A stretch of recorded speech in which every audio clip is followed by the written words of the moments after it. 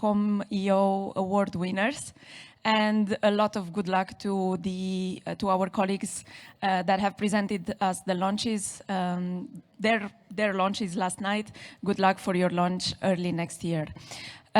Today, as a small difference from yesterday, we have to keep to a very tight schedule. So. A lot of you are going to be traveling back. We want to make sure you don't miss your train, you don't miss your plane. So we will really try to keep to the minute the program. I really count on you to come back from the coffee breaks on time. Also, the chairs will be also asked to do the same, the speakers. So again, just making the most out of this event, out of the panels, out of the breaks, out of the networking, matchmaking sessions. A bit more about that later on. But just like to thank you in advance for your cooperation. And now it's time to start with the first part of this morning, where we are going to be looking at the commercial ecosystem from basically two sides of the same coin. First, we're going to have a discussion with the companies to see exactly how their journey into growing, developing, maturing, thriving is going. And then we're going to be inviting some investors on stage to see what exactly they find attractive and what exactly they need more from EO data, EO companies, EO solutions. Again, two sides of the same coin. So we're going to start with the companies first, and we're going to be talking about their journey. Let's see, is it a bumpy road or is it all smooth sailing? To do this, we have two chairs. Our European Space Agency colleagues, Michele Castorina and Gianluigi Baldesi, will be moderating this double panel. There will be no break in between, no coffee break, so we will there's a small break in between, but it's actually a double panel, so stay with us until the end. Gianluigi, Michele?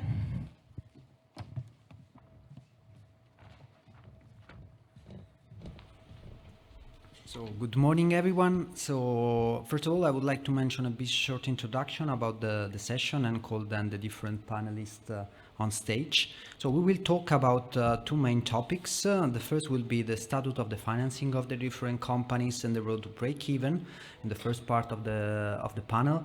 Second part will be really what are the key growth drivers and the part that really lead the different companies in order to grow and to thrive in the ecosystem. So I would like first to invite to the stage the first panelist. So Maciej Krystianowski from Cloudflare, then Martin Langer from Aurora Tech, Benoit Deper from Aerospace Labs, and Jarkko Anttila from Kuva Space.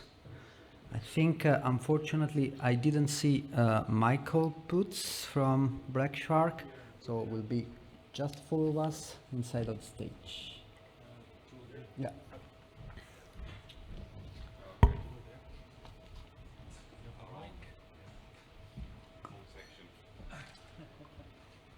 Okay. Yeah, that's fine. So,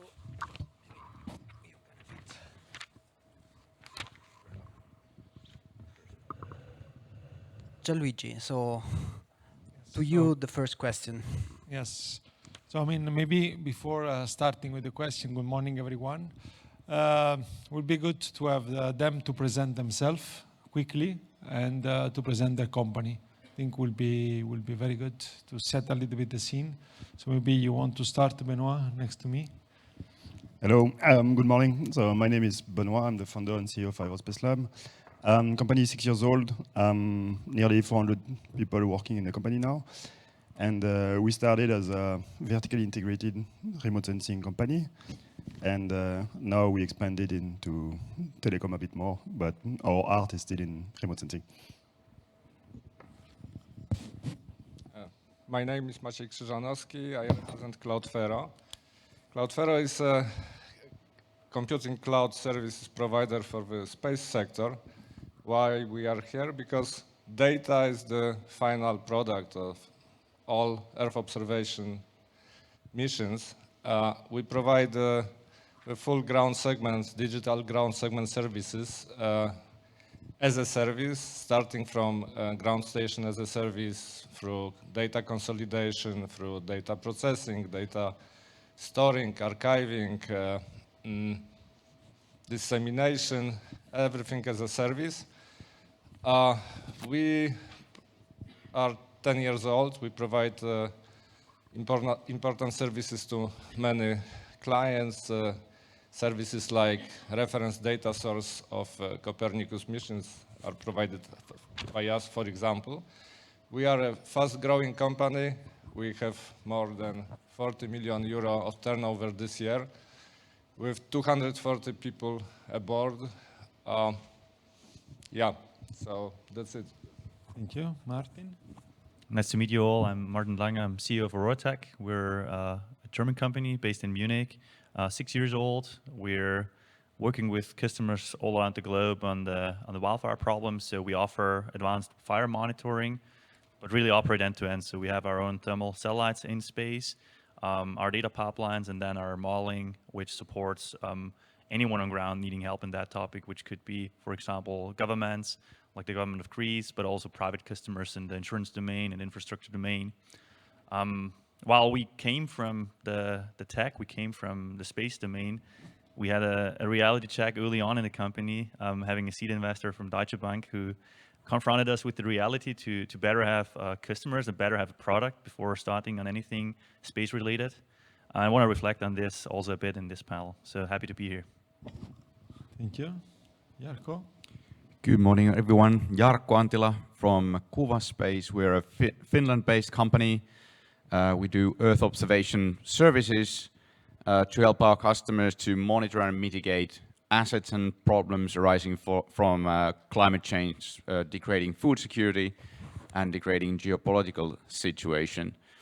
And we are specialized in hyperspectral imaging and automated analytics. So we're a vertically integrated company in a sense that we design and manufacture satellites, cameras, and then also the analytics pipeline to give decision-making ready information to customers on service basis. And we envision a large always-on constellation by the end of the decade to basically digitalize the surface of the Earth with the sort of analytics layers that customers can access. Excellent. So let's go straight to the topic. The first point that, as Michele mentioned, will be very important to reflect how you cope with the new development and the financing of your company. And really, maybe we would like to start with Maish from Cloudflare. And as you mentioned, your company is providing cloud infrastructure for EO data processing. And on this topic on financial strategy, can you share a little bit more your experience, how you scale up the operation of your company in a sustainable manner? Okay, so as I mentioned, we provide cloud computing services. By doing this, we assume that we should have full control of the technology stack we are using. So we are operating on our own servers. We are operating using open source software. And this all means that we have to make big investments into the equipment, and we have to make big investments into R&D and development, introduction, and evolution of the products we are delivering. Yeah, we are making quite big investments. During last 2 years, we spent something between 25 and 30 million euro investing in development of services. And how we finance it? There is no silver bullet, so there is no magical solution. There are many sources of cash flow.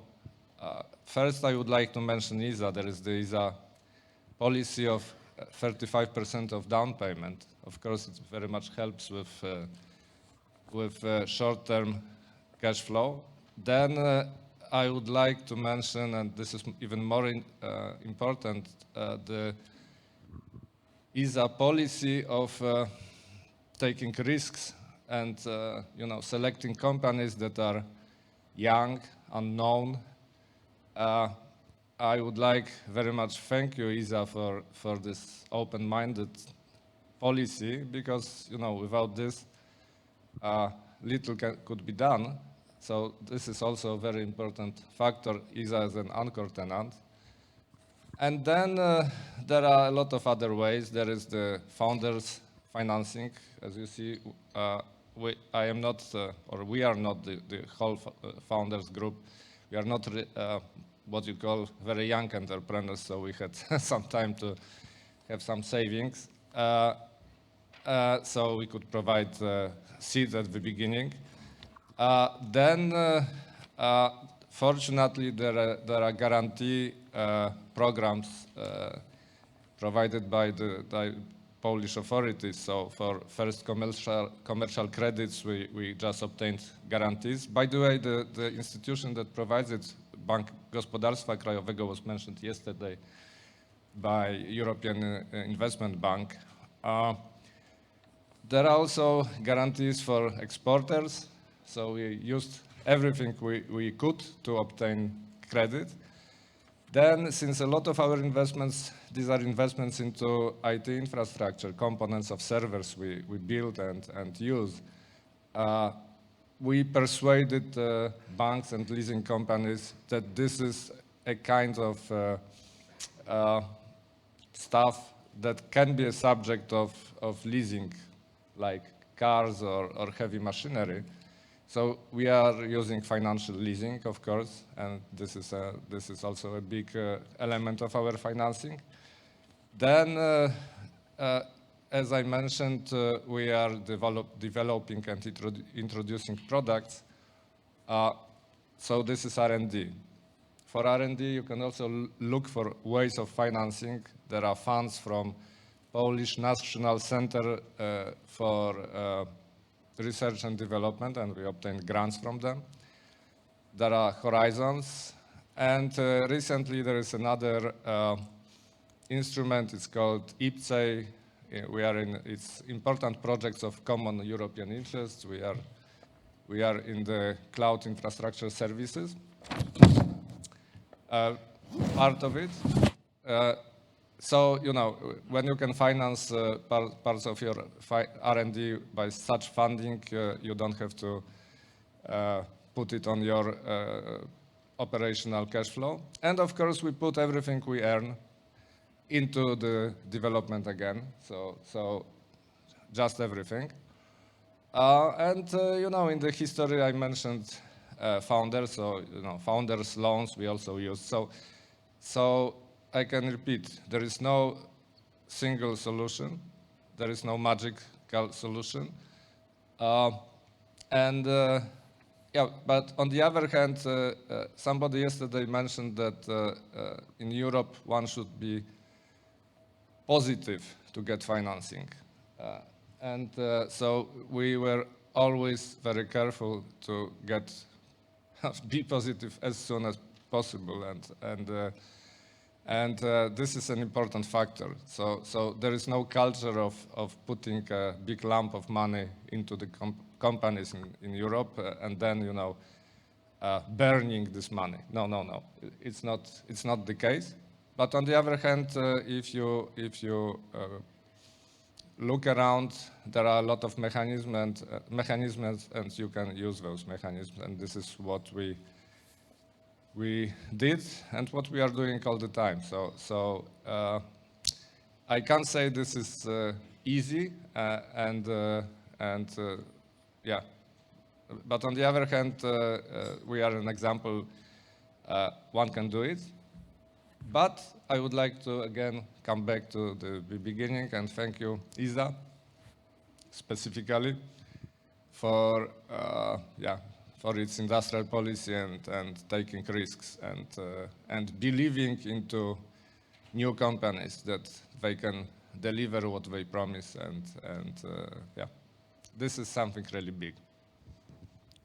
Thank you, Maciej. So maybe I go to the next, to Martin. So Aurora Tech recently secured 25 million euro of funding And I would like to know how you're balancing this investment to ensure a clear path to profitability. So what's the plan? Yeah, it's a good question. Thank you. And I have to say, while the Series B we closed was obviously tremendous for us for the growth, we also closed more than that in contracts this year. And I would also like to say, when doing VC financing like us, and we're at the Series B stage, each stage offers what I would call a cleaning mechanism to see if you're at the right stage, to see if you're doing well, if you not only think about the tech, but also about the market, if you're having traction. And when you're at the Series B, obviously you have to show to investors that the revenue is there, that the traction is there, that you have a decent business model, that you have a go-to-market, and so on. So I would recommend to all of you out there, just doing startups, funding business, go to VC, try it, give it a try. It helps to iterate fast on your ideas, and it's clearly needed in Europe that we're gonna be bolder in the future and try out more things and not thinking about doing things, but really go out there and try it. And for us, the 25 million, we split it in 3 pillars. One of it will be dedicated to expansion of our commercial team. So we have a small commercial team. Most of them operate remotely with our customers. We want to have a presence in the US in the future.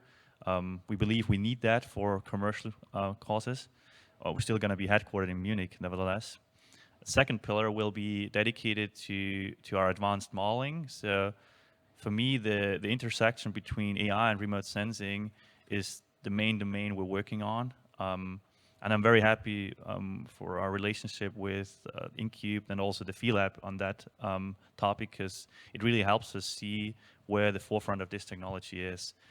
And we have to be there, all of us, because that's where the real technology change is happening right now. That's where the real advance is happening right now. And Europe has a lot of technology, a lot of talent in that field. So if you're thinking about building a company, go in that field. There's a lot of things happening right now. And third, we're going to continue expanding our fleet of satellites. So right now, we're still the only ones operating a fleet of thermal satellites up there. We're going to launch 18 satellites next year.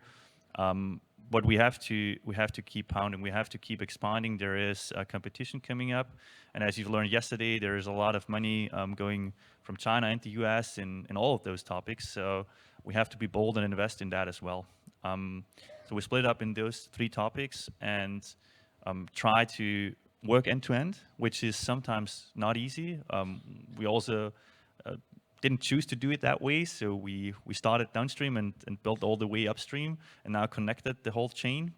But if you ask me, we have to invest even more money in Europe. We have to do more than currently, because the biggest risk for all of us is to not do anything, to just wait.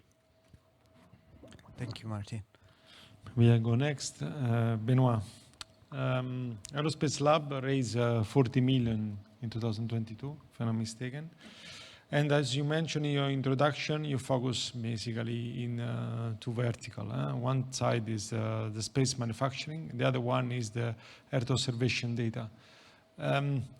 Which of the 2 you think you will generate more revenue? And the second point is online on the topic of the session is really how you balance the product development with the market expansion in a financial sustainable way. Thank you. It's a broad question. Like I already forgot half of it, but anyway. So yeah, we raised 40 million. But it was end of 21, so a while ago.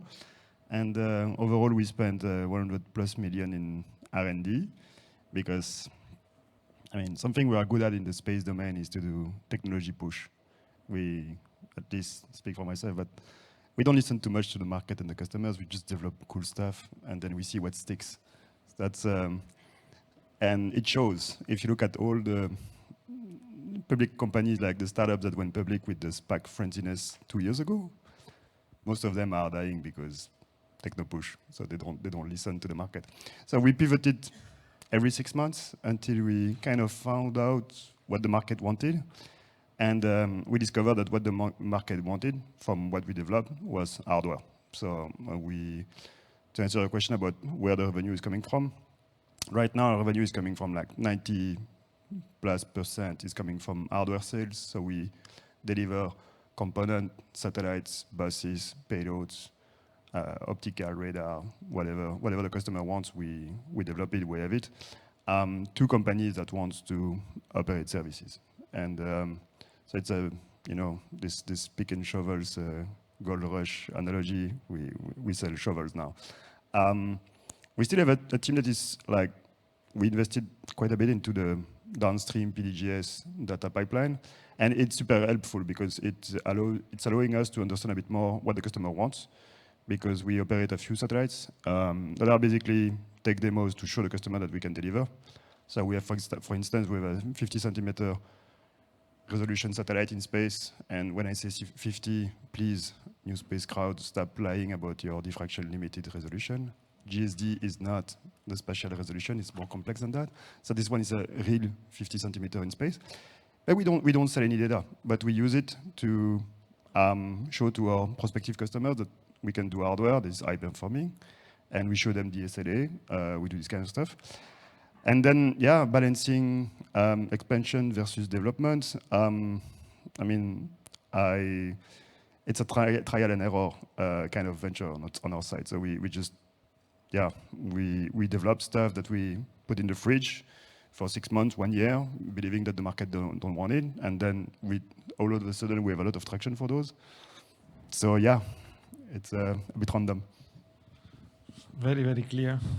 But, it's somehow, it's very difficult to plan in advance. And it's really, you need to be agile, and the point of also on the customer, I think it's something we see more and more.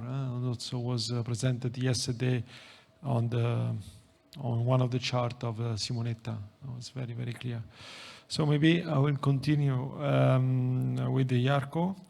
Jarkko, as you've said in your introduction, you're involved in many vertical. Let's highlight it that you signed a contract with us around 1.6 million on civil security from space. What is interesting for us is really which development are impacting the most your financial trajectory and your growth? Yeah, thanks. I think I'll touch upon Martin's comment a little bit earlier that the world is moving forward fast, especially also like outside Europe. So our US and Indian and Canadian competitors, so they are putting up more and more stuff in space and moving forward. So we need to keep on this trajectory, and the space kind of manufacturing supply chain is a little bit sluggish at the moment. So you need to plan quite much ahead in order to keep on the track. So you can't really do so that you do something and then you stop for a while to raise money for half a year or more, and then you start again. Then you will actually lose like 1 year or 1.5 years in your timeline. So you have to kind of be continuously thinking about that. So that is the kind of the biggest, in a way, the biggest driver of the timing and the amount of funding we raise. Naturally, what we need the funding for has been R&D. It still continues to be R&D. So we have the first generation satellites, now one up and the next one going up, but the next generation will already be much more involved. And for example, this funding from the CSS program is then for adding capabilities in the future to get information down faster to the critical customers on critical applications. So there's R&D involved, but then increase of capacity. So 12 satellites plan to go up in 26. So we also like ramping up then pretty quickly. And so we currently we are raising a funding round now. And even though we had one about a year ago, a little bit more than a year ago, we raised 16 million. But it's to keep the track ongoing. But ESA and ESA programs have been like a significant part of the journey from the beginning. It's maybe even more than with normal space startups, because we are a pretty old startup. We started in 2016. I was not even around then in the company, and there was like a small team making CubeSats. 2 scientific missions for ESA, Sunstorm and WCube. So real, actual deliveries, the first ever commercial satellite delivered from Finland, for example. And we were in the Hera program as well, so we have some stuff going towards the asteroid currently. But during that time, the team was like looking for opportunities, outside just like building satellites to science mission, and the needs of climate change were going up, and then there was this hyperspectral camera technology being developed in Finland, and everything kind of clicked in 2020. And the guys applied for the ESA Big incubator program and got the funding, and that was when the first business plans were drafted around this hyperspectral constellation, agriculture needs, climate change needs. And then we got the Incubed project. A little bit after that, I joined the team at that point. And actually in 21, we really raised our first funding round with like VCs involved. That was like 5 years after the company had started. So before that, almost all funding was coming from European Space Agency with one format or another, either a direct delivery contract or then through these programs. And now we are also in Copernicus. So it continues to be an important factor alongside with the CSS. So that's actually really helped a lot, but now we need even more investments in order to scale up.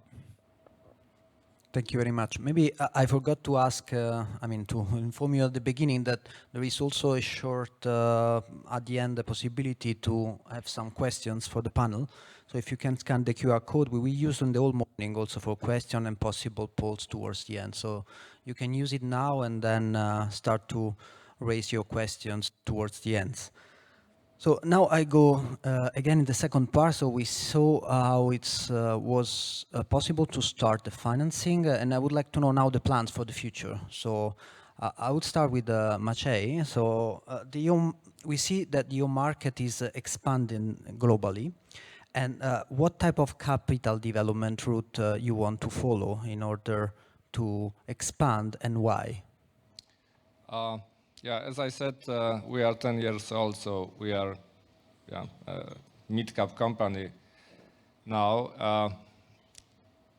We have quite big operations. We are running public clouds in Poland and Germany. We are running private clouds in Finland, in Italy, in Spain. So this is, and we assume that this is all going to grow.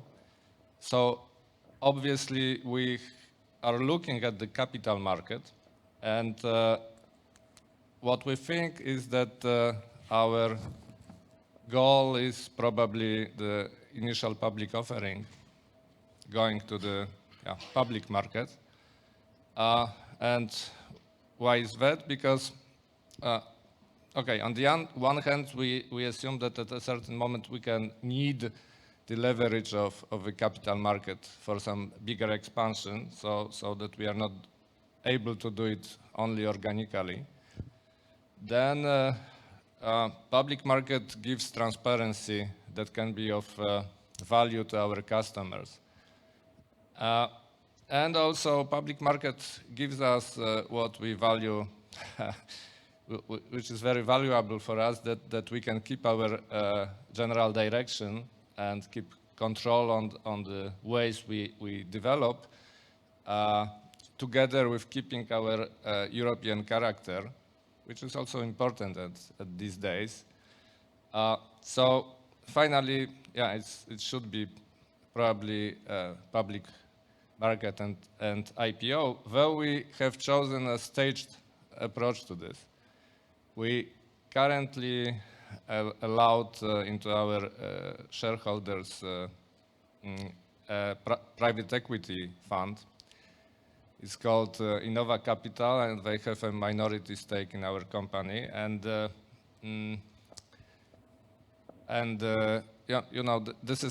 This is a fund that is operating in the Central and Eastern Europe. They have 30 years of successes. So we believe that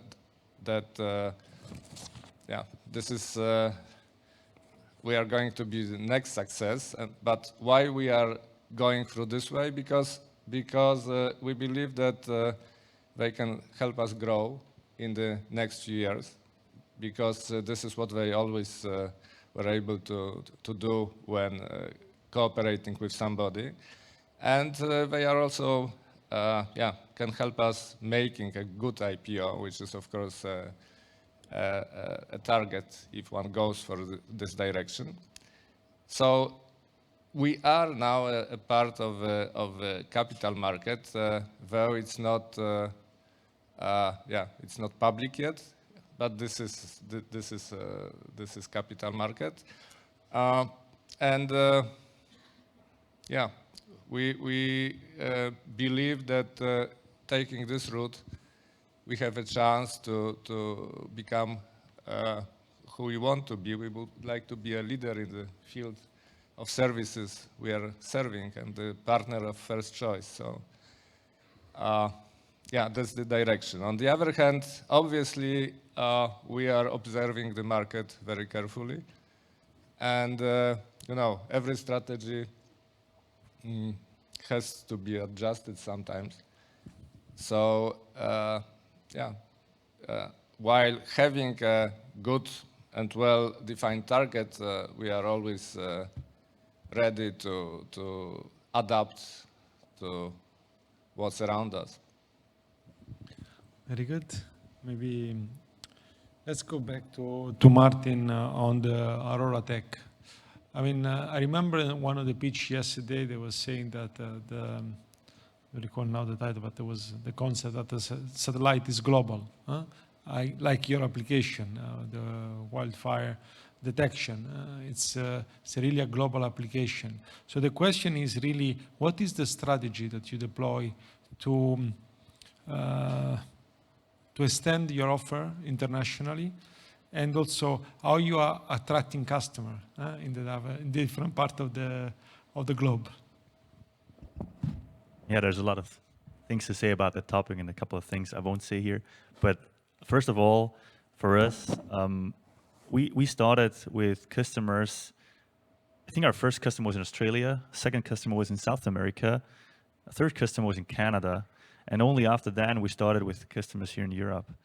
And the reason for that is mainly bureaucracy. So for us, it was mind-blowing to see that an Australian government customer could buy our service with credit card within 3 weeks. Imagine that in Europe. Imagine that where in Europe we, on average, probably need a year or 1.5 years to go through public procurement, even if the contract is small. And I have to say, for us, DLR and ESA is really a help on this with their anchor customership in CCM and also DLR on the national level. That helps a lot to centralize this effort. But still, I think in Europe, our mentality is, first of all, in the first step, we have good ideas, and then we always question our ideas and not have the guts to try it out. And then second, we don't want to risk anything. And it's more often better to don't do anything at all, because that's the less risk than to do something. So similar, if you go into a shop and want to buy new trousers, if you don't do any selection, sometimes it's better. It feels better. But at the end of the day, it's not. It's not, because climate change is upon us, and if we don't do anything, it will hit us hard. And if you look at other regions in the world, they just move. They have the guts to move. If you look at the US and China, they move. So for us, being international means having people on ground. So we have people in the US and South America and Australia talking to our customers. So we have the benefit of having an end-to-end solution, so we can approach our end customers with a product, with a front end, demonstrating them what we do. So for example, recently deployed a mobile version of our fry spread model you can now use on your phone. So Forest in Chile can use its phone to understand where a fire goes in the next 6 to 12 hours based on satellite data and based on other data we're collecting. It's important to listen to your customers, and many of them will tell you, okay, I don't care about your satellites, I don't care about what you do in space, it sounds nice, it's kind of scary. I care about what it can do for me. I want to make my job 5% more efficient or 10% better. I want to have more revenue or less cost. And that reality chat is so important for the whole industry, because sometimes it feels we're in an echo chamber here and talk about the kind of possible use cases, the kind of solutions that could be if we could have the funding, if we could push the technology. At the end of the day, the reality is that the end user will drive this. And if you look at the, for example, Starlink, many people say it's a tech push. Many people say it's Elon with his brilliant mindset doing that. I would say it's a pull from customers that was there a long time ago. Because if you look at the younger generation and their consumption, they're just not watching TV anymore. And that was clear since a couple of years. They're using phones. And if you use phones, you want to have connection to your phone. So this direct to sell of Starlink is a clear pull from users to be connected all day long. And we just missed that in Europe. And yesterday we discussed the slaps in the face we need. I would say we got already a couple of slaps. We got a slap that hit us hard when it comes to launchers, so we missed that. For me, what we're doing right now in Europe is just a money grave, so we need more private things in there. Second thing we missed is connectivity. So also there, we didn't understand what's needed from users at the end of the day. But then there's a lot of opportunities, and we always try to say the grass is greener on the other side. If you look at our use case, if you look at Fire, if we're working in the US, the market is also very fragmented. There is probably more than 10 different entities in the US. All of them say that they are the main driver of Fire in the US. So it's also fragmented. It's not like we're in Europe the only fragmented place on earth. And I think our strength could be one, like from a talent and technology point of view. I think we have some of the best talent and best technology in the world. I think in the European Union and with ESA, we found a way of working together, and it's different from the US, where sometimes there is fights on county level what to do. So we found a way how to collaborate. So for me, it's just the willingness to push, the willingness to invest money. And we're sitting on a lot of money in Europe. We're sitting of about 4 billion in VC capital that is not invested right now. And again, to not invest, to not do anything is the biggest risk for all of us. So being international means for us also having ESA with us in Copernicus contributing mission, for example, with that stamp of approval that we can also serve large governmental clients. For example, we signed a large contract with the government of Greece this summer. That wouldn't have been possible without having this stamp of approval, this quality check by the Mission Performance Cluster of CCM. It also means trying out new things, and I wouldn't really see it most difficult in the regions we operate, but more difficult in the different verticals. And I would segment it into verticals, and verticals around the globe sometimes work the same, even if you're in different regions. Still, you always have to understand if it's about government procurement, how to work with government entities, how to face the bureaucracy at the end of the day. And there, obviously with the Series B, we're investing more money and have more people with boots on the ground to face that challenge as well. Thank you very much. So, I mean, linked to this, Benoit, maybe the next question is for you. So we have seen, of course, you have like all these companies, worldwide markets, and we have seen that recently you also moved with some facilities developed in the US. I mean, first of all, why you are doing this, and what's the strategy that you have in mind to expand also on that market for Aerospace Lab? Yeah, it's quite simple. I mean, US market, I don't have any numbers, so I will make them up. It's something like, I don't know, half, if not more, of the gov and commercial space market, both upstream and downstream. I mean, those guys are addicted to space like we never were in Europe and probably never will be. So we had to go there because customers are there. I mean, the one we chase. Because we do medium-sized satellites up to, I mean, we start at 50 kilo, and those one we don't like them very much, and then we go up to 1 ton now. And yeah, the US is market number 1 commercially. So on the commercial point of view, the strategy is quite simple. We try to get the best product and the best value for customers, and then to get known. and now it's picking up. So thanks to Scale Up, we had our first commercial win in the US.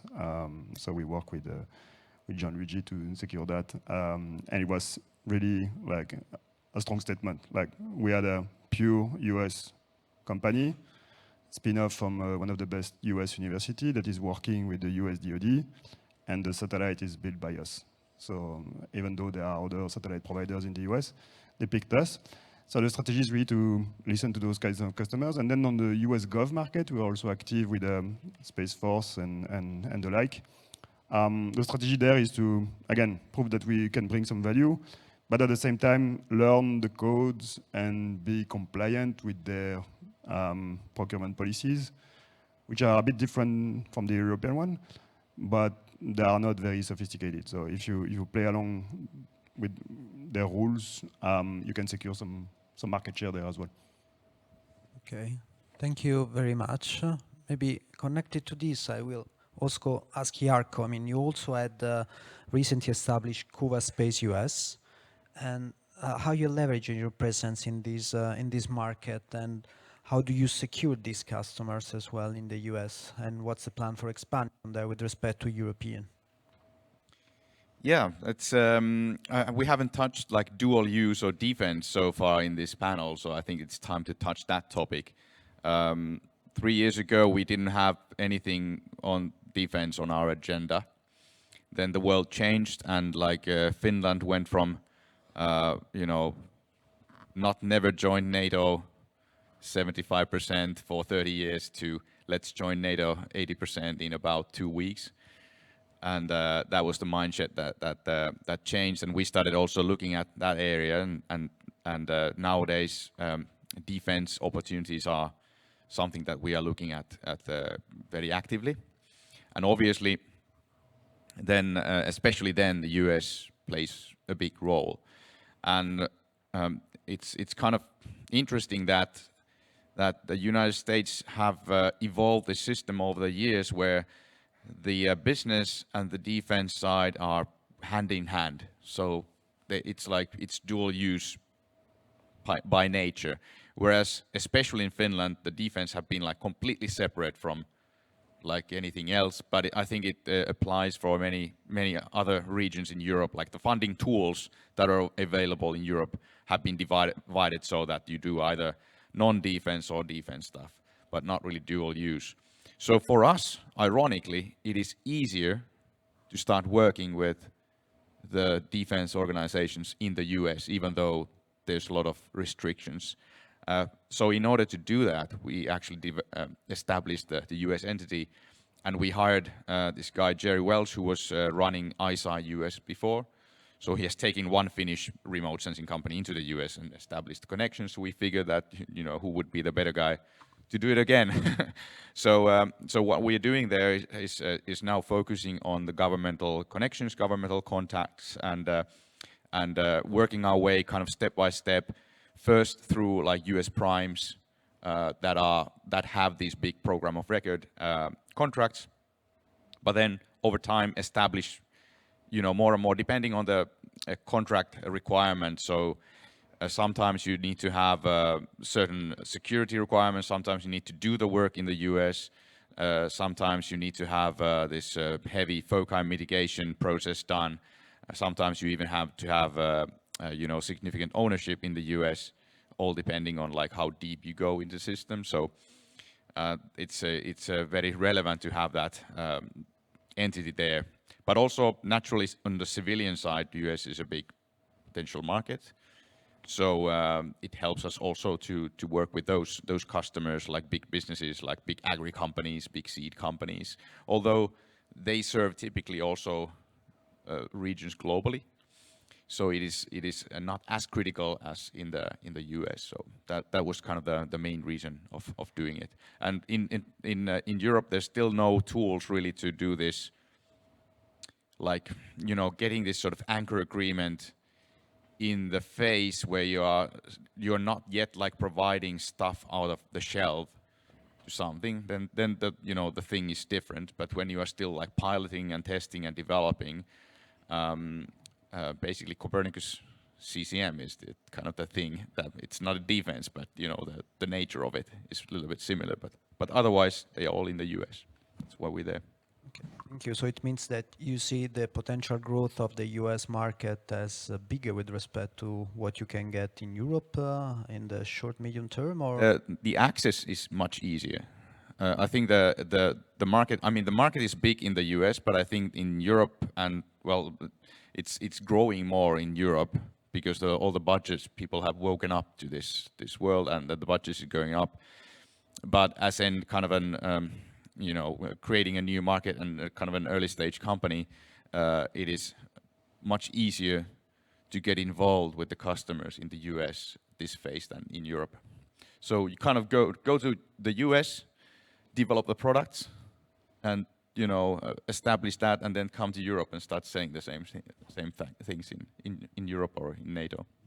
Okay, thank you very much, Jarkko. So maybe let's see if we have some question coming from the public as well.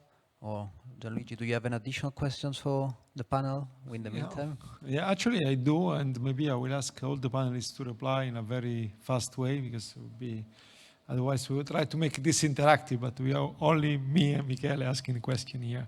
I mean, yesterday was addressed the problem of talent, of the difficulty of the shortage of talented people.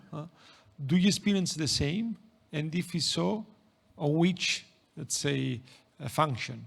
More the engineering side, the financial side, the business the development side? No, maybe you want to start with you, Benoit. What do you think? Now I was going to say on engineering and technology side, there's a lot of good people still working for primes and agencies, so we can tap into that talent pool. That's thank you, Airbus, Thales, and OHB to train them well, and then they can be efficient where they join us. Then what we find the most difficult resources to hire is really CFOs that are experienced into large growth stage fundraising rounds, because those guys, they just don't exist in Europe, because the growth stage VC or private equity firms in Europe are like, there's 2-3 of them, and they are not that interested in space. So yeah, this is really tough. Mahesh?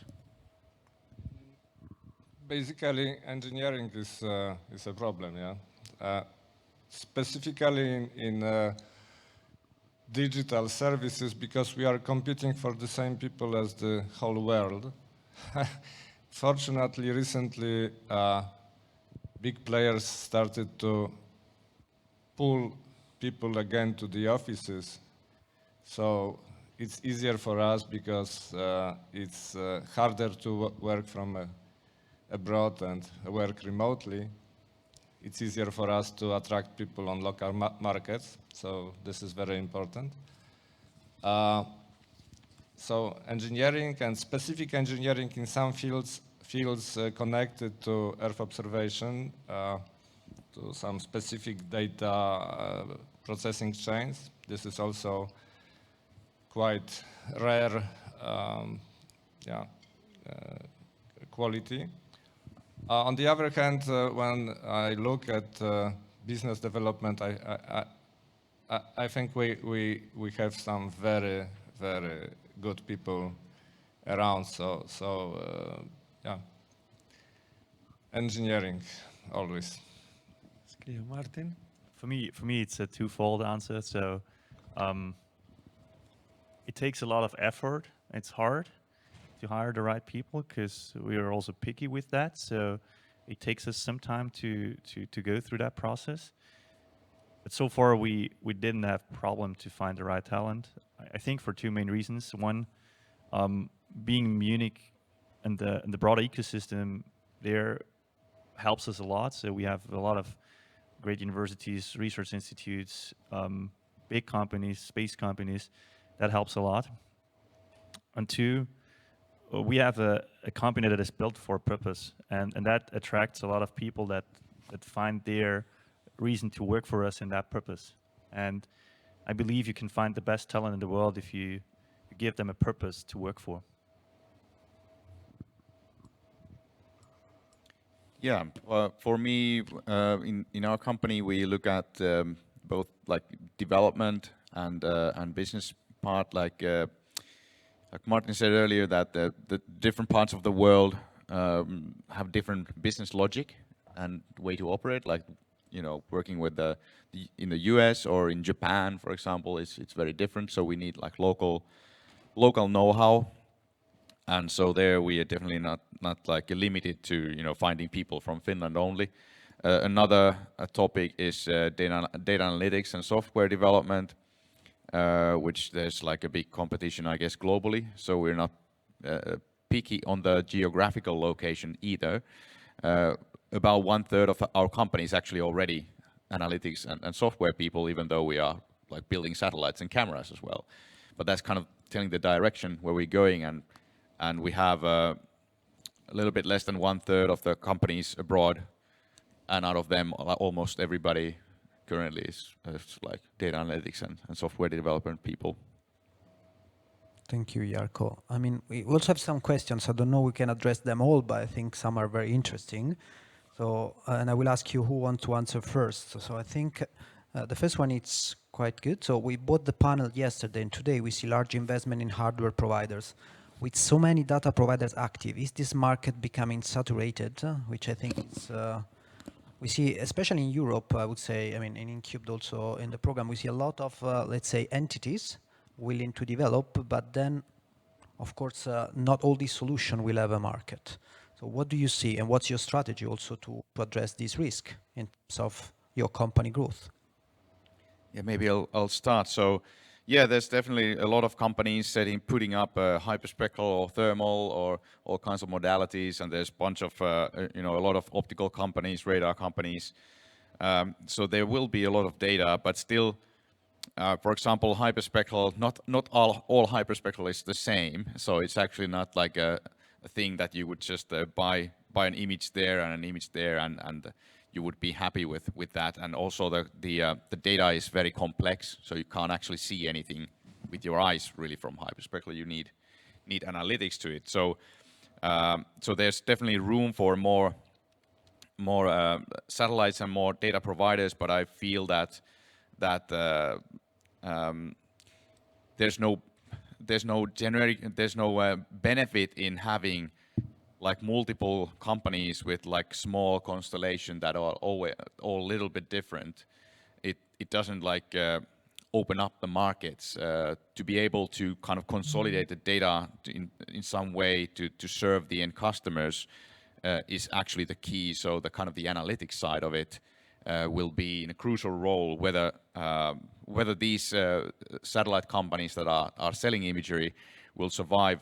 And I think that also for companies that are selling only data or only images will face difficulties with their business model in the future, because, you know, they will be down in the value chain, and the value of the images or the price of the images need to go down because there will be more and more competition. So I think more verticalization will happen, and that's why we have taken that kind of strategy from the beginning, that we are doing this data pipeline ourselves and not like staying in the image level. Okay, thank you. I don't know, Martin, if you want to complement. Yeah, absolutely, and I wanna second that. So what I see currently happening and unfolding in front of us is a revolution of Earth observation. And if you're as old as me, you remember how satellite navigation used to look like, and you carried like devices with you that got the GPS signal and whatsoever. Now it's all on your phone, and then all kind of apps are using that data and doing all kind of stuff with it, and downstream business happening with that data. Same is happening with Earth observation right now, so it becomes mainstream. The key of that is AI. So if you think about large language models in the future using the data pipelines of observation satellites, I would say the market isn't saturated at all. We're just at the beginning. If you think about all kind of applications that could use Earth observation data, being it hyperspectral, thermal, optical, whatever. If you think about a fisher in New Zealand wanting to know where to go to find the best fish, there's all kind of Earth observation data you could use for that. If it's automated, if it's easy to access, if it's in a pipeline where It's just gonna type in your OpenAI whatsoever, where should I go today? And it just takes the information and it gives you an answer. And that's the reality what's unfolding in front of us. So I'd say we're not saturated. Obviously, there's a writing on the wall that, again, US and China will take that market. So if you're not familiar with the concept of Starshield, for example, I would suggest to make you familiar with that. So we have to speed up, we have to invest, we have to position Europe in that field. So no, I wouldn't agree with that. Okay, so maybe complementing also this, Maciej. I would like to comment on this because we see a big chance in growing supply of imagery data and hopefully commoditization of imagery data, because this can make it easier available to everybody. This can make it available to smartphone users and make Earth observation something similar to GNSS. And this would be good to everybody. This can also make licensing of imagery data easier than it used to be, because currently sometimes licenses like for artworks, imagery from the space is not art, it's just images, photography. Okay, sometimes it is art, but it should be simplified and it should be available to everybody. So with bigger supply, it should be easier. And I would like to add one more additional thing.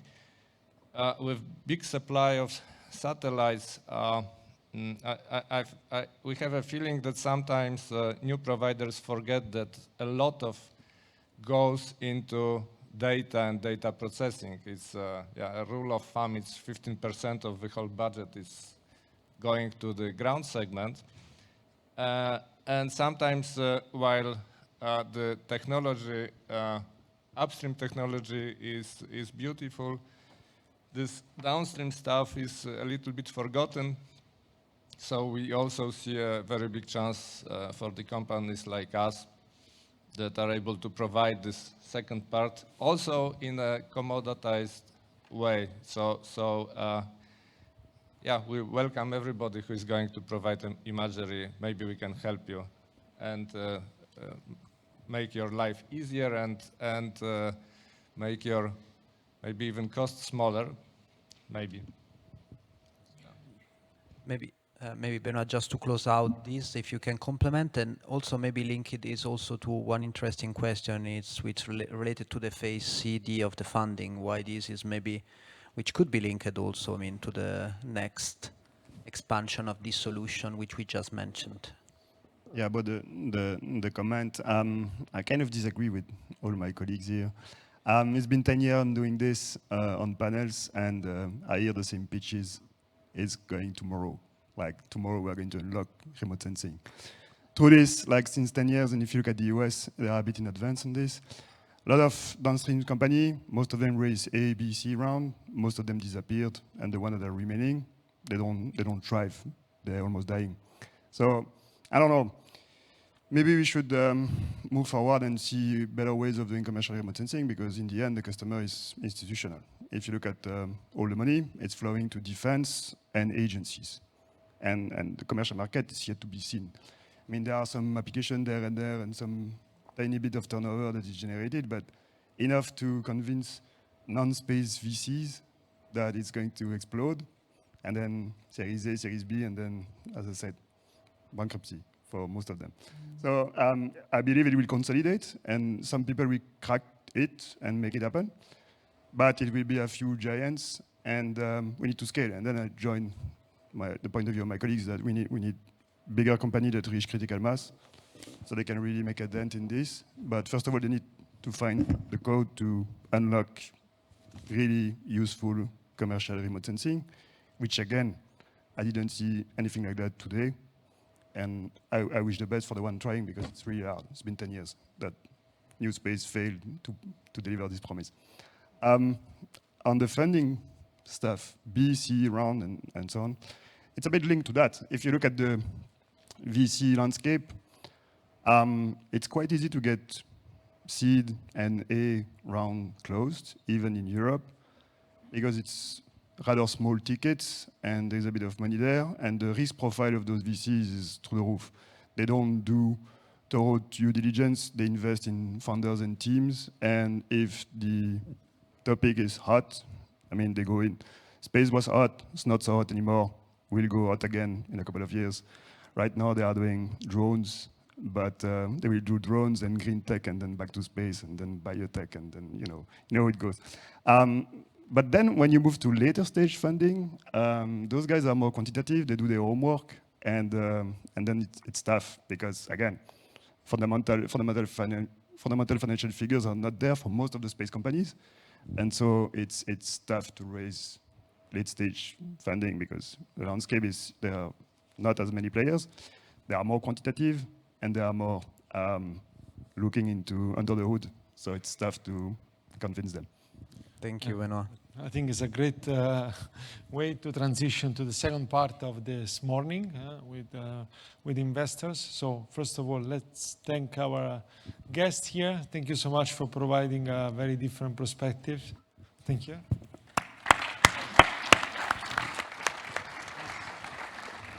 So let's move on the other topic.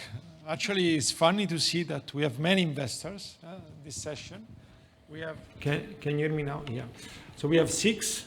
So maybe I will, before calling on the stage, let's put it, first of all, it's a pleasure to see that all the investors here are part of the ESA Investor Network, which is basically, as you know, was also discussed yesterday, was an initiative that we launched 3 years ago with the creation of the Commercialization Department, which is really the objective is to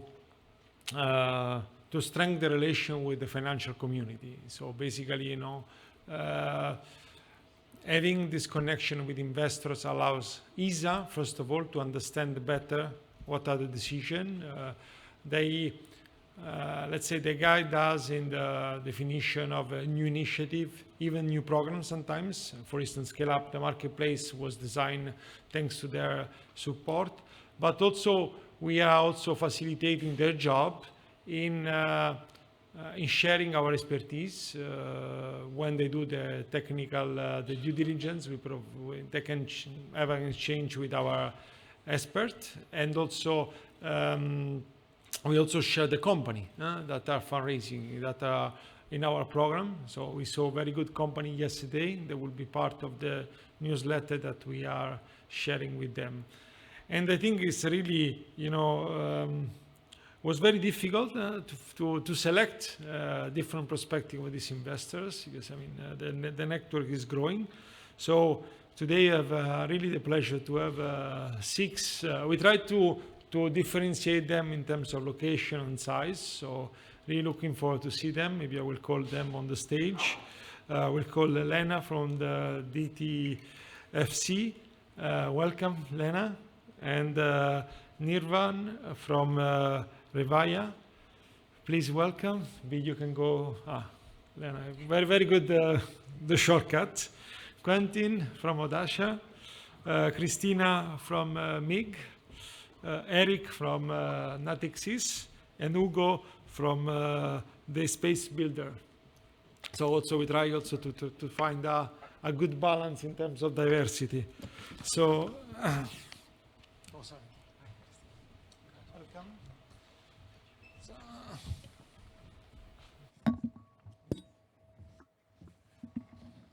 So maybe, as I was saying, maybe we start from the left here, from Eric. Can you introduce quickly yourself and Natixis, what you do? Hi everyone, so yes, Eric Benoit. I'm in charge of technology and data research within the Economic and Finance Research Department of Natixis. And so I basically provide thematic content for clients of the banks, investors who are interested to understand how things work. I cover many different industries from new space to quantum computers, nuclear energy, all sorts of semiconductor strategies and things like that, and then try to explain how it works to my clients, basically. please. Hi everyone, I'm Christina from MIG Capital. We are a life sciences and deep tech fund based in Munich, early stage, so we invest in C to Series A. And I personally have a background in aerospace engineering, which is why I look mostly at space tech investments. Yeah, I'm very excited to be here today. Thank you. Thank you. Quentin? So my name is Quentin. I work for Expansion, which is also an early stage fund. So pre-seed, seed, and a little bit of Series A. We're based in Paris and Stockholm. We did our first closing this year, more than 100 million euros. We're a team of 9 people and investing a little bit in new air mobility and defense, but our main focus remains new space companies. So the whole value chain of the space sector. And today we have 19 startups in our portfolio, half in France and the other half in the rest of Europe. Lena? Yeah, hi everyone. My name is Lena Stache and I work for the Deep Tech and Climate Fund. We are a German growth investor. We're deploying up to 1 billion euros over the next years in all kinds of sectors. So climate tech, robotics, quantum, and of course, space tech. And yeah, given our LP base, we invest in German or Germany affiliated companies from ticket sizes initially 5 to 10 million and up to 50 million. Irvan?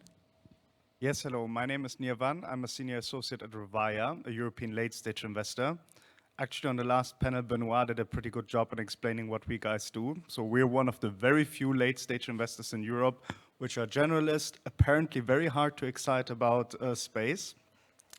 But what we do is we invest exclusively in European companies, so we would believe that we're a European specialist. And normally we do everything between Series B up until pre-IPO. The check sizes for us at that range are roughly 10 to 50 million. Pleasure to be here this morning. Hugo? Hello everybody, my name is Hugo Gonzalez. I'm the founder of the Space Builder. It's a very young company, it's 3 months old, so it's really young. After 20 years working in the French Space Agency, the CNES, we have decided to create this venture builder. So our job is to create new companies. We are also a different kind of investors because we invest in the technology we choose and we co-fund and we co-create the companies with those partners. And we have seen that for many years, most part of the companies that in the agency we were supporting, they were created by engineers. Most part of them, they are not really used to make entrepreneurship, and we think that there is a very nice way to join technology with entrepreneurs that they come from abroad, and then we are making this this new figure that in the space it doesn't exist today. Venture builders, they exist in other domains, but not in the space, and we are a spin-off from CNES, and we hope that will help all the environment to create nice companies in the next years. Good. Maybe I would like to start with Elena, with you, that with your fund, you emphasize a lot the sustainable deep tech. And I was wondering, what are the financial targets that you're looking for an EO company? And also, you are saying that somehow you are a long-term investor approach. How you support the company, your portfolio company? Yeah, sure. So when we partner with Earth observation companies or any other deep tech companies, we try to help them to achieve their goals and to increase sustainable productivity.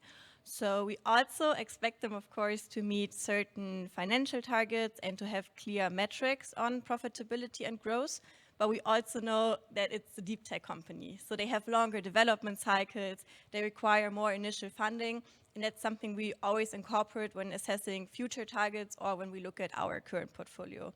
So speaking on financial milestones and what we're looking for, it's a really early product market fit. So we try to see if the product has a customer list or how the sales funnel is going, so how many opportunities are in what stage, and whether the company has any long-term customers. Another aspect that's super important is scalability. So first of all, geographically, which markets the company is currently on and which markets will be targeted. and also which evolving markets the company will meet. So for example, we have a live VO currently in our portfolio, and they saw the opportunity with the EU deforestation regulation and developed a product specifically for that. And it was such a big benefit in the funding and something we really appreciate about them. And yeah, when we find a company like this, then we try to be a long-term partner. We support them not only financially, but also with our network in the industry, but also with our ties to the federal government, and yeah, stay on the side and grow together. Thank you. Maybe I go to Nirvan then next. Not far from this question, I would say one of the core pillars for you is sustainability. So how does your evaluation process, especially for the late stage, incorporate the balance between, of course, the due diligence or financial performances of the companies and their alignment with sustainability goals? How do you take this into account?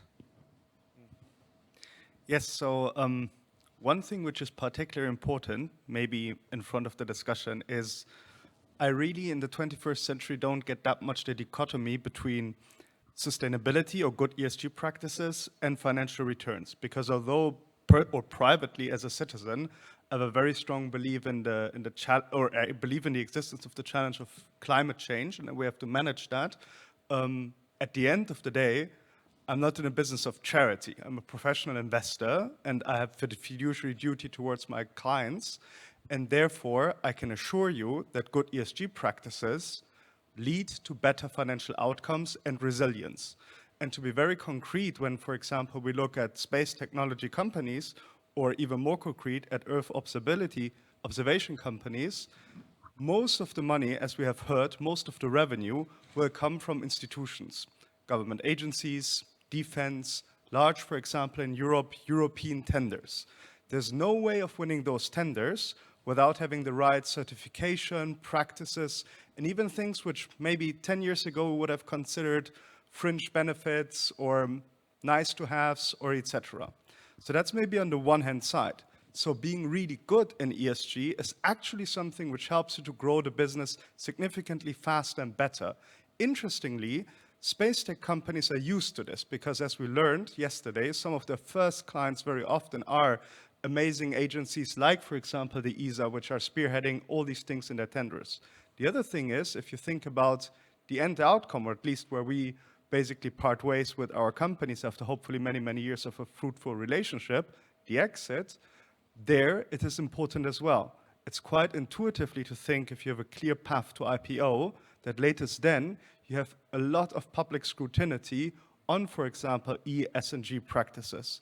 But also if you think about the multi-billion-dollar strategic exits, for example, to the colleagues who have been on the panel yesterday, like for example, Thales, Airbus, etc., they're going to look very closely at your ESG performance because, of course, through an acquisition, they don't want to, lay bad eggs into a nest that they've worked so hard over the past decade to prepare. I hope that helps a little bit. Yeah, thank you. It's very clear. So, Quentin, you were saying that you have a large portfolio company. Yeah? You are an early stage investors, and I'm really, really keen to try to get some metrics here. I mean, what are your primary metrics that you find for an Earth observation company when you decide to invest? And also, what do you think are the key elements that somehow make you believe that the company is able to attract also the further round, because it's a journey, as you know. Yeah, so that's a very good question because especially in Earth observation in early stage, it's quite complicated to see differentiations between the projects. We receive every week and month a lot of similar pitches from companies who are telling us that they will buy some data from Copernicus, maybe some private commercial data, maybe send a satellite into space, and then put some AI and in situ sensors and make the magic happen. So it's quite complicated to see a differentiation. So we are at Expansion. We are focused on two main features of this project. First one is the market traction, of course, and by market traction I mean having real customers, so paying recurring customers from the very beginning. It is key for us.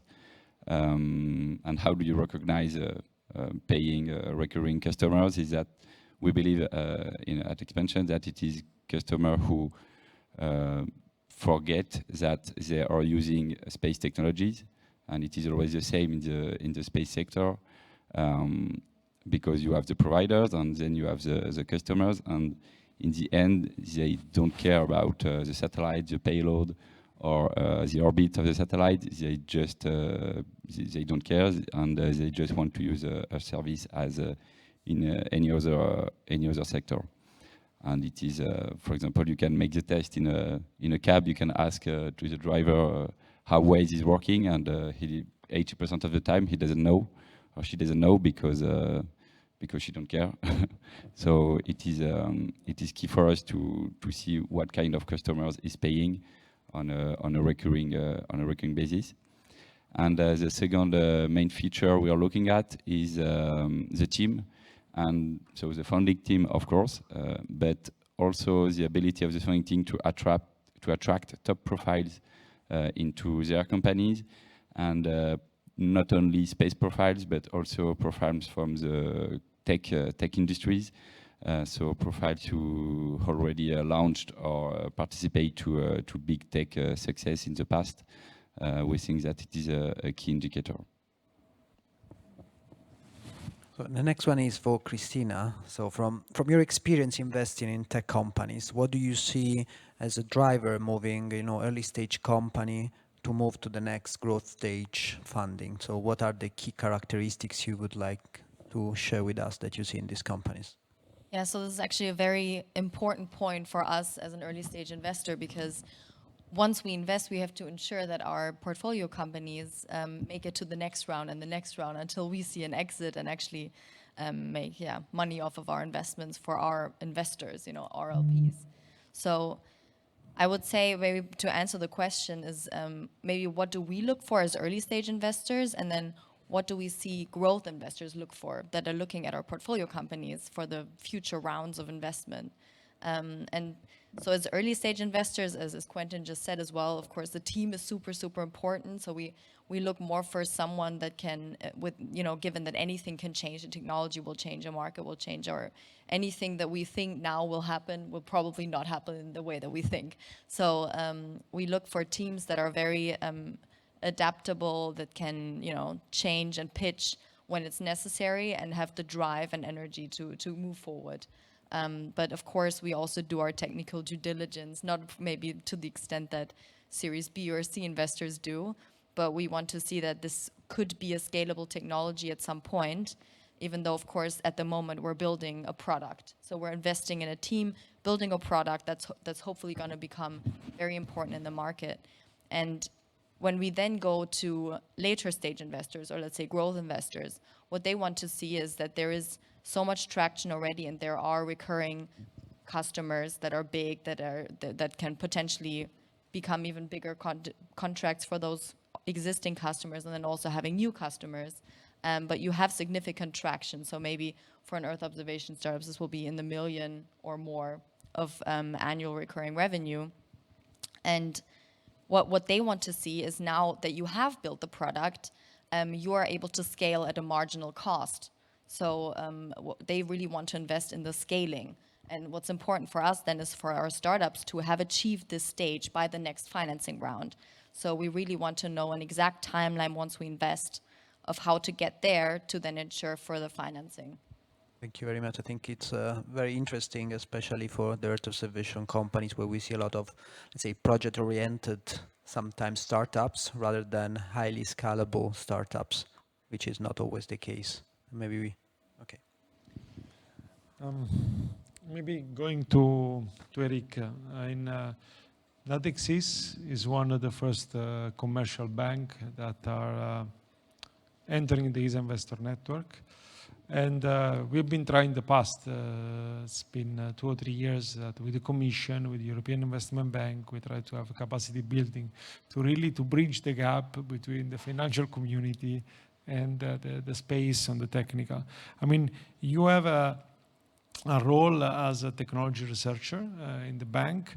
And can you elaborate a little bit more, first of all, the interest of space, And also, what are the, let's say, the role that Natixis plays or will play with bridging the connection between EO company and the financial institution? So I guess I'm the only banker in this room. I haven't received any tomato yet, so that's a good sign. Okay, yeah, it's true that we are getting interested in the industry only very recently. For us, probably it has always been like a very public government-led type of industry with big government projects. Now we're getting into that space a bit more with the new space economy. We're seeing very interesting use case. We're quite excited about seeing that space is actually about making things on Earth. And that wasn't clear, you know, for a lot of people, a lot of investors just a few years ago. So that's the first thing. My role is really to bridge that gap between your community and, let's say, the wider finance community. So try to understand the technology first and foremost. Is the first thing I do. You guys are used to being together, talking about your technologies, making little jokes about things that nobody else has understand. And investors on the other side thinking, well, you know, what the hell? And so I'm here to try and to translate for them. And we're getting good traction on that type of research. As a bank, we typically intervene at a later stage in the process. That's why people don't like us so much. We will typically speak to companies, maybe Series A, but more like Series B, C, and later.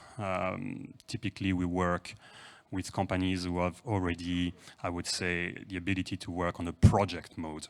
And that means, you know, cash flow really is our main indicator. We want to know who the clients are. We want to know, well, obviously, how the product works, how much money it's going to make. We want to see some contracts. We want to see maybe some letters of intent. So really, that's the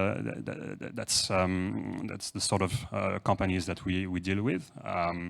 Then the amounts that we finance are quite large as well, typically much larger than the equity base that you are able to have at that stage in your development.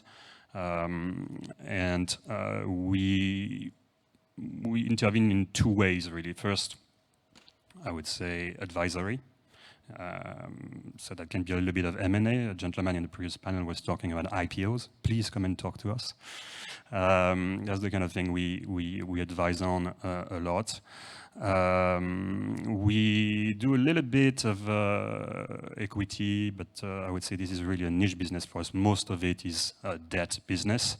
And then, of course, the second way we intervene is structuring this type of transaction. There are hundreds of ways of doing this, hundreds of ways of securing credit with different types of assets. There are, maybe in some cases, we're going to be able to use your green credentials to give you access to the green bond environment, which is a massive way of finding investment for your strategies at the moment. But all of that obviously requires structuring expertise, which is, I would say, our main strength in that environment. And then, last point, we probably give you access to all the investors behind that, which are typically infrastructure investors, debt investors, that probably you haven't had the opportunity to reach in the first stage of your development, because everything is so much more about raising equity and stuff like that. So yeah, that's how we operate. Thank you, Eric. So maybe my next one is for Ugo. So as a venture builder, what are the aspects of the reservation market that are attracted you, and what you could provide to such type of companies thanks to the specificity of the venture builder approach? Well, maybe the first thing is to answer to Eric, who is going to translate, and we hope we can make that translation for most of these investors.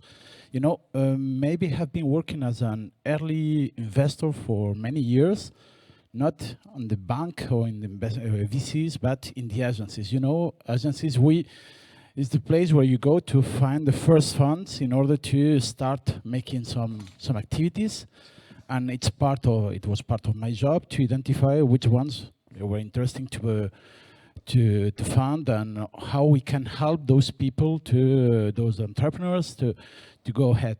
So in our case now we are moving a bit further. We are going to become we are a private company, but the point is we are also early investors because we arrived before the company is created. The point is that we are looking for that cool technology, those cool persons that they want to create something that is valuable, but the point is that maybe they don't have the team and they don't have the skills to do it. We have seen, just in the previous panel, brilliant people that they are, some of them, I don't know if they are all of them engineers or researchers, maybe some of them they are in the business domain with business skills, but for sure they develop those business skills. But in my past life, I have seen many companies. Some of them they are not here because they are already they already died. That they had really nice technology, but they didn't have the skills to get the right company. So our point as early investors is to create that team that you have said just before. You're going to believe in the team. That team is it's a twin between technology and entrepreneurship, and our process is to co-create with them in order to create those good opportunities for our investors that they will come later and we will work together. So the point is, there are different elements that you need in order to create nice companies. You need good technology, you need good contacts with early adopters and companies, you need investment, and you need good entrepreneurs.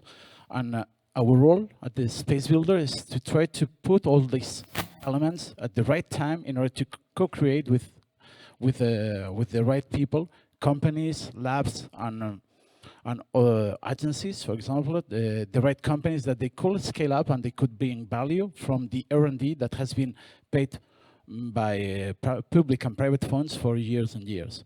And on the first part of your question is, what do you see in Earth observation as a future value? So our company, in France, we have a special mention for some companies. It's called Société à mission. That means that you have ESG engagements within the creation of your company. Our company is it has chosen to have this mention. It's a legal mention because we consider that the companies that we need to create in Europe, that should be ESG engaged, and EU is one of the best ways to engage in that way. So for us, there are a lot of value to be created. For sure, there are many companies that exist, but we have seen that if the Uber funders, they consider that the transportation was already created, they didn't create Uber. The point is that the main difference is how are you going to deliver value? How are you going to make a nice business model that will create value for your customers?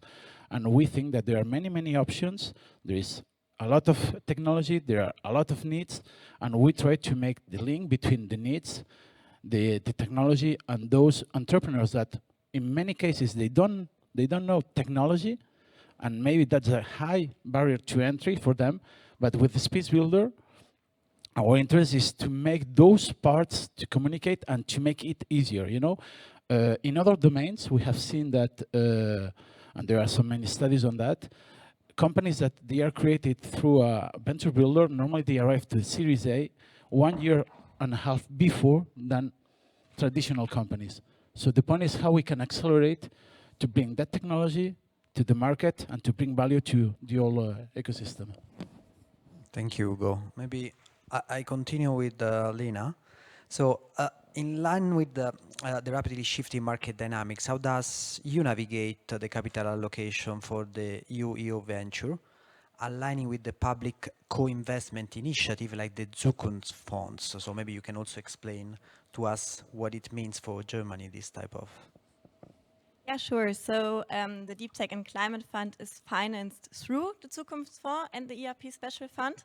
So we have a clear mandate to strengthen the deep tech ecosystem in Germany and therefore also in Europe. We act as an anchor investor for the startups we are investing in. This means we bring security and stability to the table as soon as we enter the cap table of the firm. How do we do this? So we have a total fund duration of 25 years, which is longer than most VC funds, so we can stay invested for a longer period. We do not necessarily have any exit pressure, and we can do significant follow-on investments as well as secondaries. Next to that, we always invest together with a private investor in order to amplify the impact of our funding. And both of this together can be really beneficial for deep tech startups, and I think especially in the Earth observation sector. Thank you very much. Maybe let's go back to the growth stage investor. Nirvan,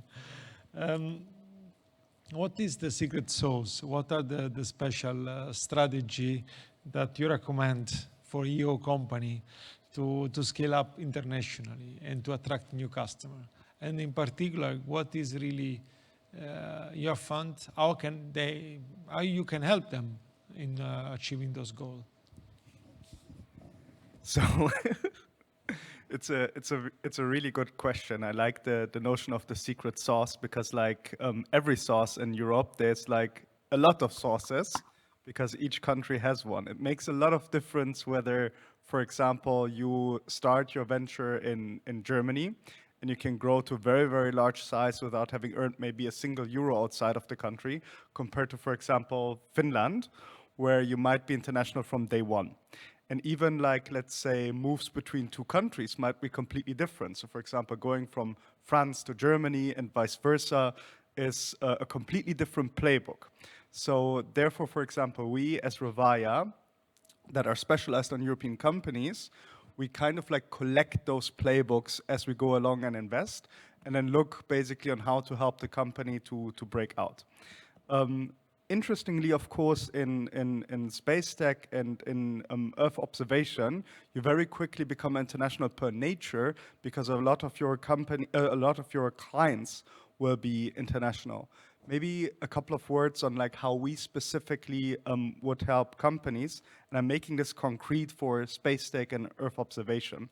So our experience is that these companies, for example, very often do not need commercial intros or in general introductions to networks because they're already at early stage, so way before we come in, very well served, for example, through ESA or public investors that help them basically to develop that relationship.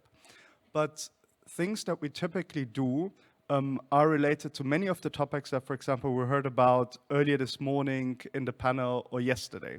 So, for example, as a late stage investor, we come in when the early stage risks are already largely taken. So it's product market fit, you know there's a market. So for example, typically under my watch, no company dies, which is a good part of the journey to be in. But we have the privilege to basically be partnering with these companies who are doing something incredibly exciting, who are really, really good at what they do. So they wouldn't really need me, for example, to tell them how to manage their business or how to push the frontier of what they're doing. Because A, they're served very, very well by the specialized early stage investors that they already have on board, and B, they anyway know better. So for example, something we typically do is we invest large checks, therefore we get board seats, but we wouldn't get the idea to sit there by ourselves. We select normally a subject matter expert, so somebody who really knows the special area that you're in, and ideally, because now we come to internationalization, that has walked the path that you have ahead of you. And that is truly powerful. A, it really brings that subject matter expertise to the board. It brings the experience of having walked that path to the board. And last but not least, and that's really my favorite, is when the mission of that person is completed, we can exchange him for someone that brings you to the next horizon. So that is, for example, one thing that is incredibly useful. There are other things as well. So for example, our value creation playbook is then of course kind of complementary to what you already bring in there. So for example, of course we're equity investors, but we take generally capital structuring very serious, meaning as true Europeans, for example, we know all the commercial banks, the Natixis of this world, the Commerzbank of this world, the UniCredit of this world, the JP Morgans of this world. So we'll help you, for example, to find debt financing from them, or for example, for private debt providers, which is something in space tech that works really, really well. There's no reason at late stage anymore to exclusively take dilutive financing. So these are just a couple of things, for example, that I can mention. And because this is a really good question, and I don't want to overstep my time, I'm super happy to talk about this more after the panel. Thank you very much. I would go then to Quentin and link really to how you prepare these companies to get, let's say, late stage ready, because I think it's something which is very good. I mean, of course, we support also the company, but also you as early stage investor, you support this company. So what are the challenges and how you help this company to overcome these challenges, especially, you know, customer acquisition and you know, we know that the landscape is very competitive. You just mentioned you have very similar solutions, and it's not easy to penetrate this market. So if you can give some example what you did, even for some companies you have in the portfolio. Yeah, so I think there are two things. First thing is you have to, in the early stage phase, you have to find your market. And when I say market, I mean real market, and not only like sector or kind of companies, because there are a lot of startups who want to target, for example, the agricultural sector or the mining sector, but it doesn't mean anything. You have to find a true market with real need you can answer. And if you achieve doing that, you will have more and more customers, and customers will talk about your solution, say it is helpful, and are ready to pay for that. So yes, really find a true market, well-defined, with a real need you can answer, and you can explain, and you can prove it. And after that, you will have more and more qualified leads. And you will not lose time by talking with too many people who are not really your true target. And at the very beginning, it is normal to have this phase and to lose time to talk to a lot of people and understand what are their needs really. But in the end, you have to refine your target. That's the first thing to grow, I think, and to have qualified leads. And the second thing for association company who are very often based on a SaaS model with recurring revenue is to start to understand what upselling means. You can very soon start to, so once you provide the first level of services based on space data, you can start by selling other services, or simpler, cheaper services with upselling and growing your recurring per customers. You can do it very easily at the very beginning of your company. And for example, in our portfolio, so we are investors into RB5, who is also dealing with EODR regulations. And so they started with this product, with a nice platform. They have a good traction, so with many small customers. So you can have either many small customers or few big customers. Both strategies are relevant depending on the business case. And they already started to make upsell and growing the revenue per customers. And it is key because you are generating growth, you are creating fidelity with your customers, and in the end, you are happy, we are happy, everybody's happy. Thank you.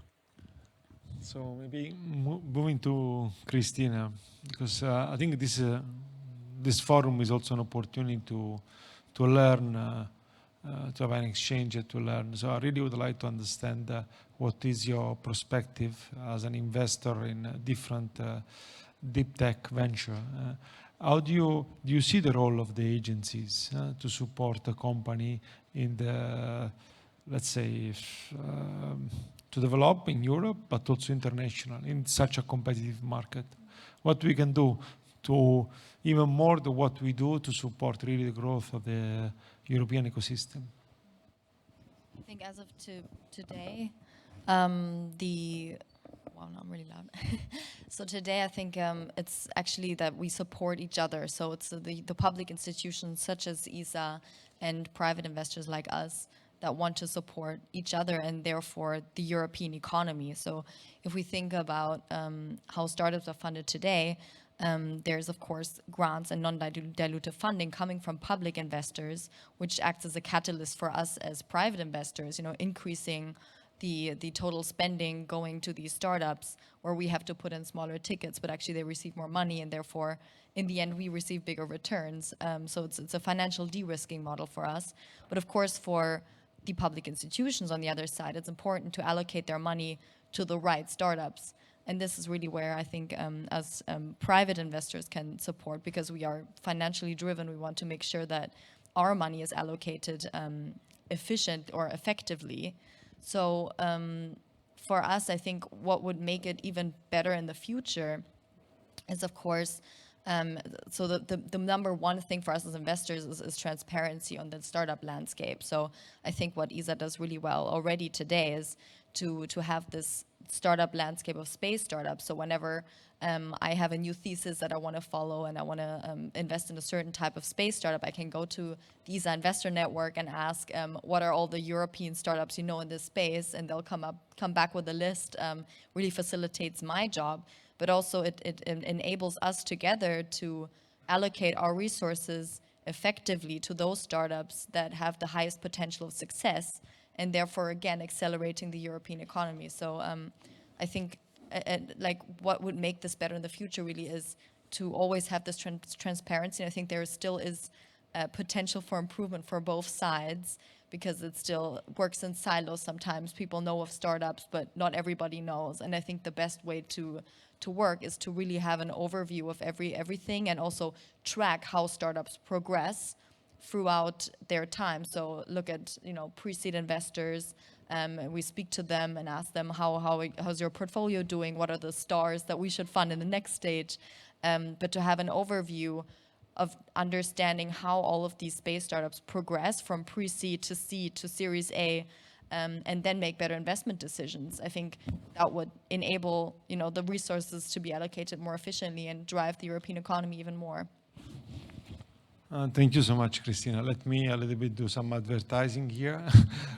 We have a couple of years ago, we have launched a platform. It's called Space Tech Platform with the Room, which is basically, we try to create a single open platform that you can go and Space Tech the Room. And what we try to do, leveraging, of course, the data from the Room, was really to tag and to show these are the companies that in these are big, these are the different cluster, these are the company in Cube. We update them often. So this is also a simple way, a fast way that we find also to reply to your question. But indeed, huge, we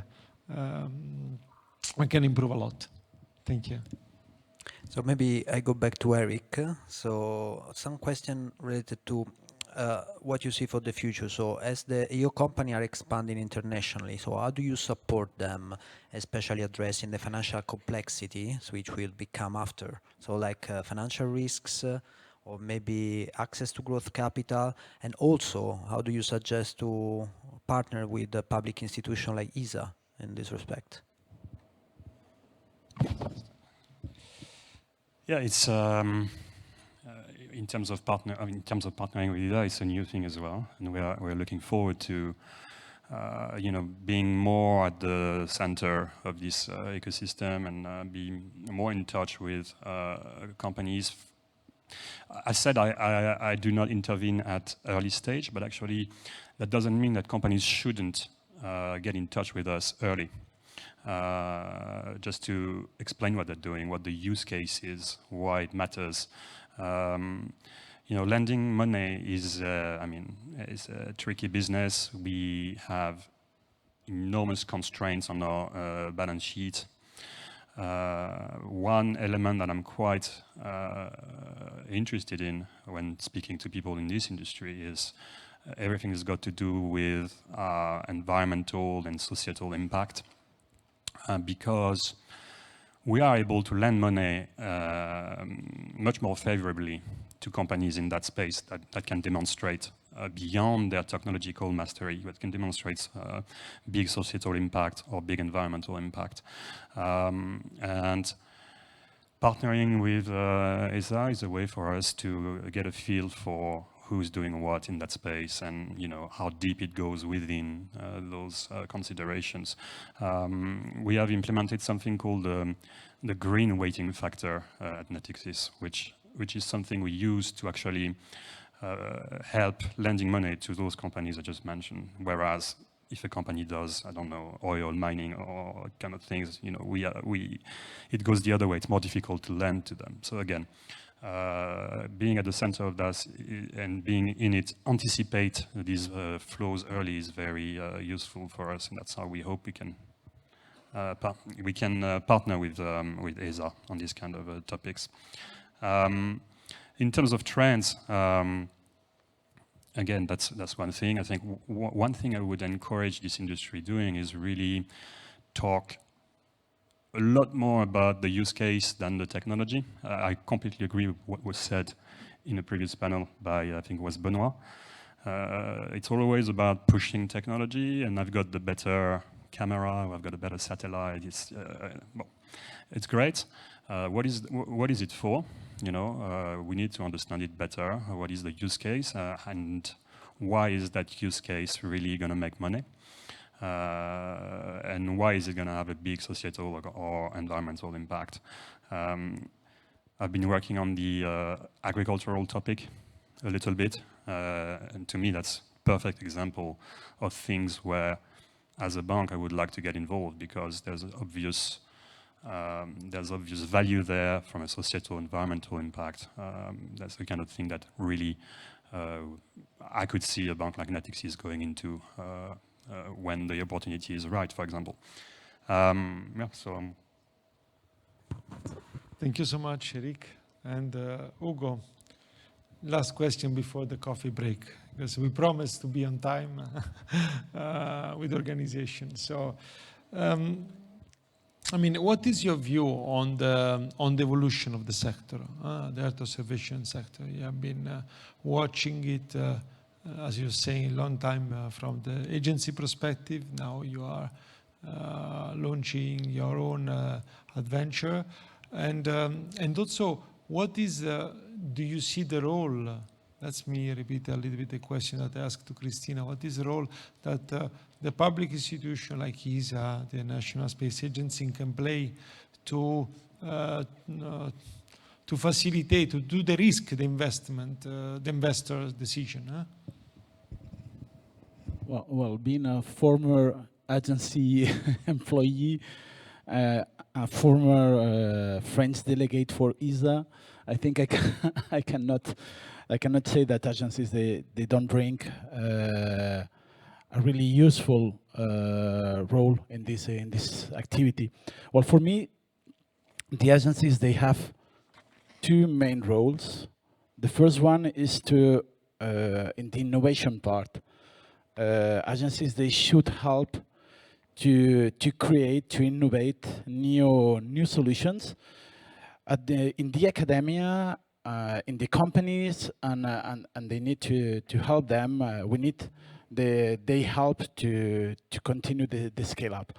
And on the second role, I think that it's important that we start to buy services from these companies, to be some early customers that they provide confidence to the investors and to other customers.